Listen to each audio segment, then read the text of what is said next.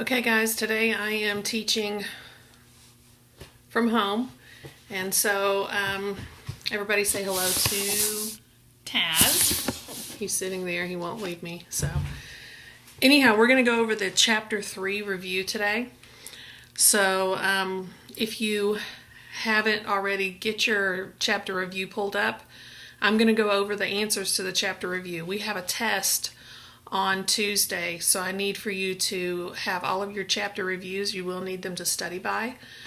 Later today I will probably post something that will help you to study with. It'll probably tell you which questions in each chapter review that you need to do, or that you need to know for the test, excuse me.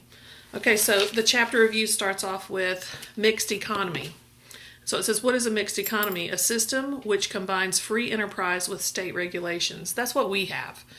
We not only have a free market economy where we can open up our own businesses, but we also have things like Social Security, we have Medicaid, we have Medicare, we have food stamps, we have things that are actual government programs that our taxes pay into. But that's why it's called a mixed economy, because we are not exactly just a free enterprise capitalist country. We do have some socialist programs. Labor is the next one. Labor, it says, is the physical or mental work that contributes to production of goods and services. So labor is anything that you do as far as work. So if you are in a manufacturing plant and you are on the assembly line, that's considered labor. Bless you, Taz. If you are in the service industry, if you work, like I know Alexa works at Chick-fil-A, that's also considered labor. The next one is subsistence economy. That's an economy that provides barely enough to keep a society alive. So you have to look at your third world countries for that. They only produce enough to keep everybody alive and to keep everybody happy. Some countries like India, that's what they have. They don't produce more than what they need, and they barely produce what they need. The next one is private capitalism. It says an economic system in which private individuals are the owners of the nation's capital. Well, basically, that's talking about businesses. If you own a business, then you own the capital. So you own the stuff that helps you to produce whatever it is that you are selling, or services or things like that. Next one is capitalist, one who owns producers of goods, or one who owns producer goods or owns shares of some business that produces goods. So capitalist is kind of like, if you own stock in a company, then you own part of the company. That's money. Money is considered a capital good. The next thing is entrepreneur, a person who undertakes the management and financial risk of an economic enterprise. So an entrepreneur is somebody who actually starts a business. If you're starting a business, or if you have some idea of something that will create income for yourself, you're considered an entrepreneur. The next one under identify says the 4 factors of production. Well, that's easy. That's natural resources, labor, capital, and entrepreneurship. Natural resources are things like, if you own a QT, you rely on natural resources because you have to have gas. Gas comes from fossil fuels. So you have to have natural resources to produce things. The sweater that I'm wearing is made out of cotton. Cotton is a natural resource. I don't think there's anything that has ever been produced that isn't. You have to have natural resources for pretty much everything. Labor puts everything together, which is the physical labor, or it could possibly be services, things like that. Let's see. Capital is money. In order to purchase your natural resources and pay for your labor, you have to have money, which is a capital good. Entrepreneurship is the actual person who came up with the idea to produce the good. It says 3 main types of economies. We have traditional command, which is planned or direct. A traditional economy is something that's cultural. kind of like a caste system. If you don't know what a caste system is, look it up. It's in India. If you are born poor, you're going to stay poor. Your children are going to be poor. If you're rich, you should be rich. Your children will be rich, and so on. It's a system in which you can't exactly accelerate. So that's what it is. It's also whenever you have a command or directed economy, that's also communism. Communism, we talked about it the other day, where if one person is a doctor and another person could be just working, manual labor, you don't get paid any more for either job. So that's what communism is, and communism doesn't exist in many economies anymore. China has one, but in China, kids like you who are in school, you compete for your grades because you want to be able to have a better job. So in a communist country, it's a little bit more difficult for people to actually make ends meet because the government pretty much makes the decision for you. Let's see, which is the other one? Free enterprise, which is what we have. Free enterprise system, which means that if you decide you want to open a Starbucks and you have the capital goods to do it, you can do it. You just have to follow their rules as to where you put it and things like that. So in a free market economy, you can be extremely poor and then make yourself very wealthy. Okay, the next question is identify. It says system in which people are assigned jobs by a central authority. That would be a command economy. So that is your communist system. The next question says French entrepreneur who was the first to produce quality gunpowder in the United States. It's DuPont. D-U-P-O-N-T is his last name. Let's see, capitalism, 3 basic components. You have property rights, which we all have property rights. If we own something, it's ours, and if you take it from us, it's considered theft. Freedom of enterprise and competition in a market environment. So yes, if you own a Starbucks, but somebody decides to put in a Caribou Coffee down the street from you, it's perfectly legal. It's considered competition, but it's legal to have that. So if you come up with an idea that is similar to somebody else's, it's okay. You're allowed to do that here. You're not restricted by the government not to open that type of business. Let's see, and limited government. We do have limited government here. We do not have a government that can dictate everything that we do. So those are the 3 basic components of capitalism. The next one says 3 types of property.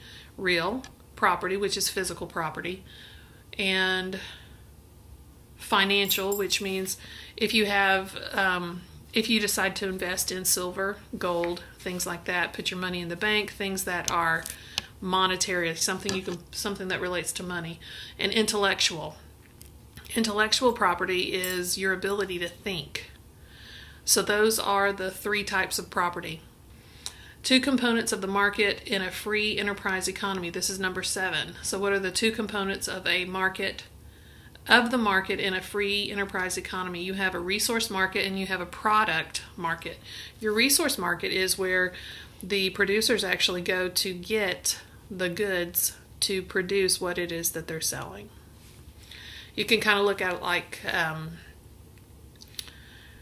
let's see, okay, so we'll just use Starbucks. So Starbucks has to have coffee.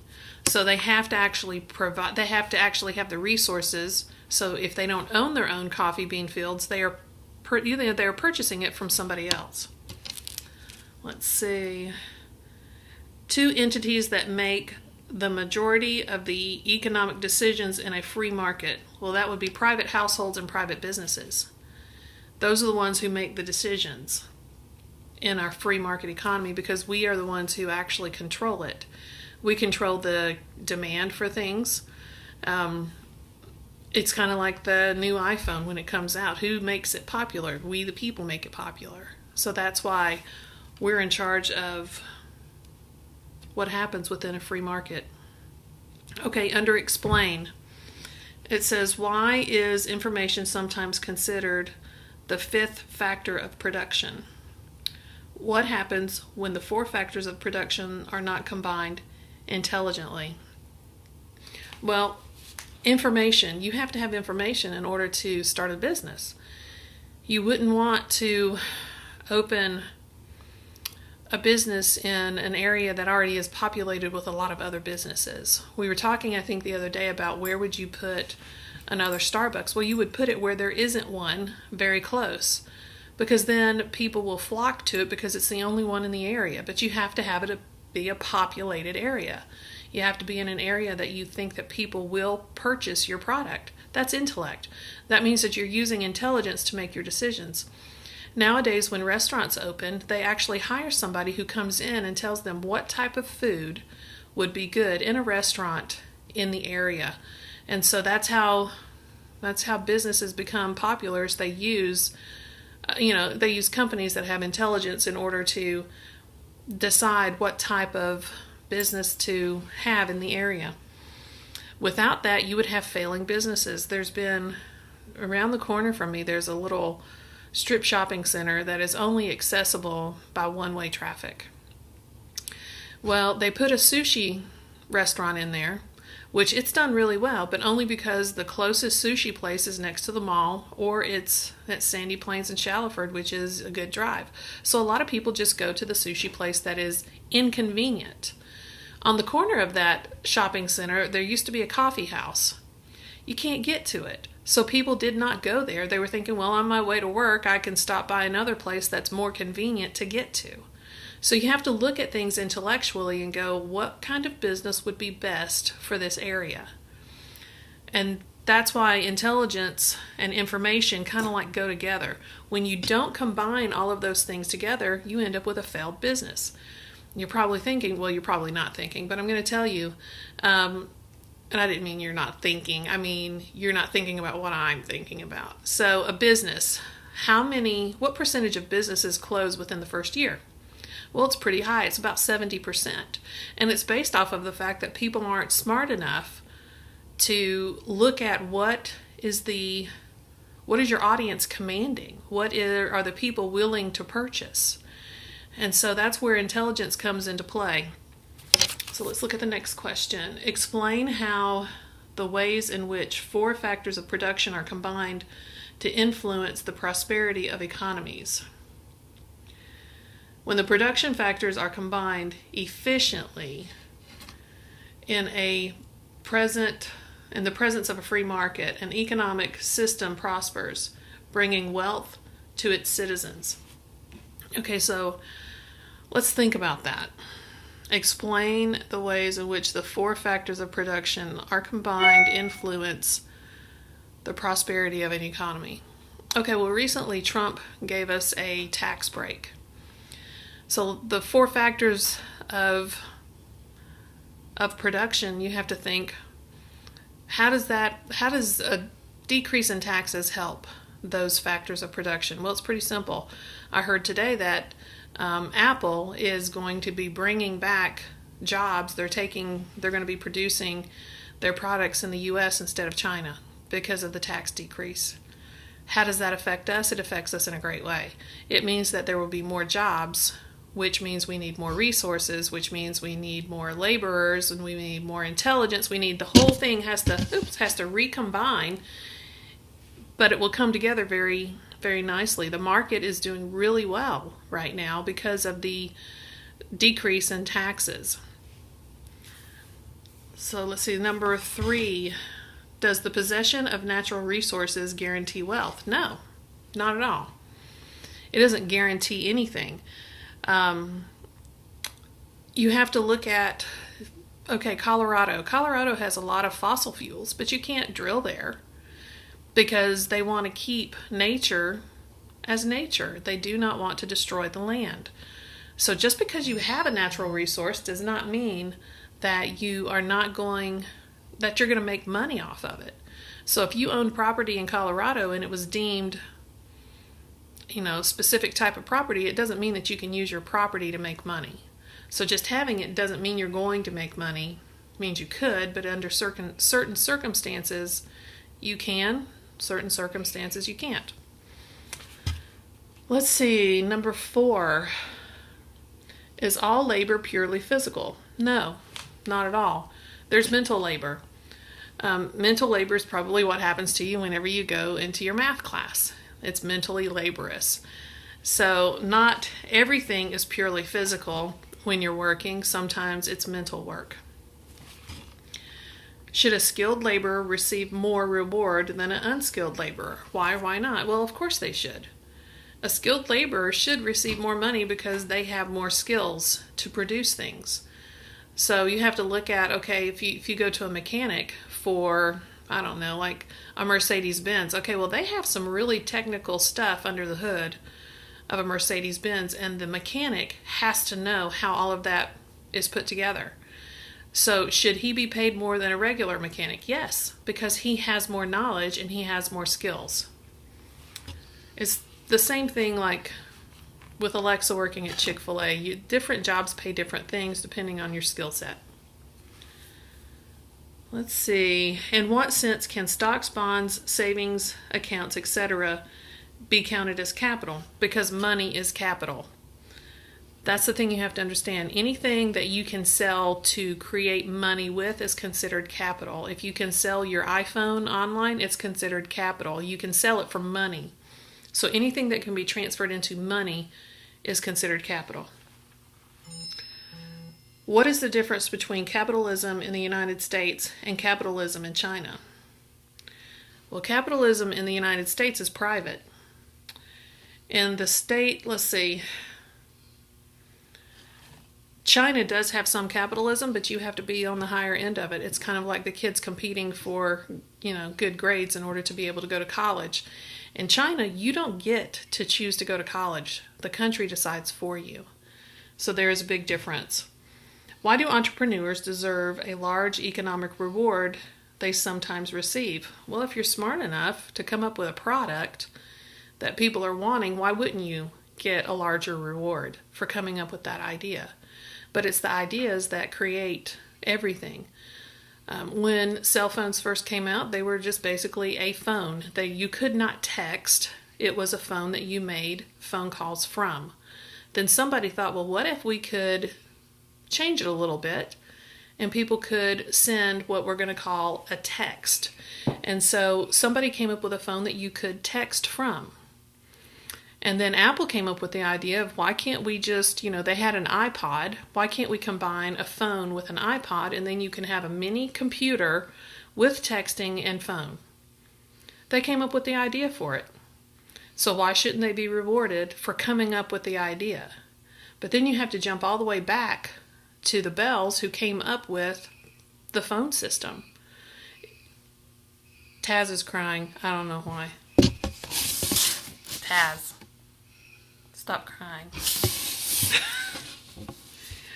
So you have to look at everybody builds on another person's ideas. And so that's something that you have to look at. You have to go, okay, well, this is what this person is producing. This is what I want to produce. Whenever I came up with the idea for the school, I based it off of King's Academy. King's Academy had a school that ran 2 days a week. But 2 days a week was not going to work for my kids. So I decided that I would have something that would be longer but shorter days, and that's why we go 4 days a week. I based it off of something they were already doing. I didn't steal the idea. I looked at it and I went, well, that doesn't work for everybody. So maybe we need to go to a 4-day system. And that's how we have the system that we have now.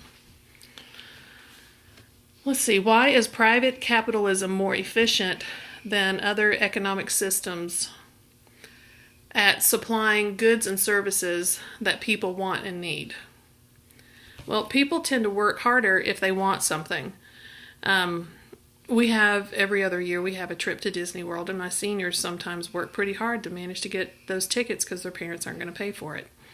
So if you want something, you tend to work for it. Now, the consider questions, I'm going to let you guys do yourself. And I would like to have everything turned in today. If you haven't turned in some of the other work, I need for you to get it done and get it turned in because I am going to be putting in grades today. All right, guys, have fun.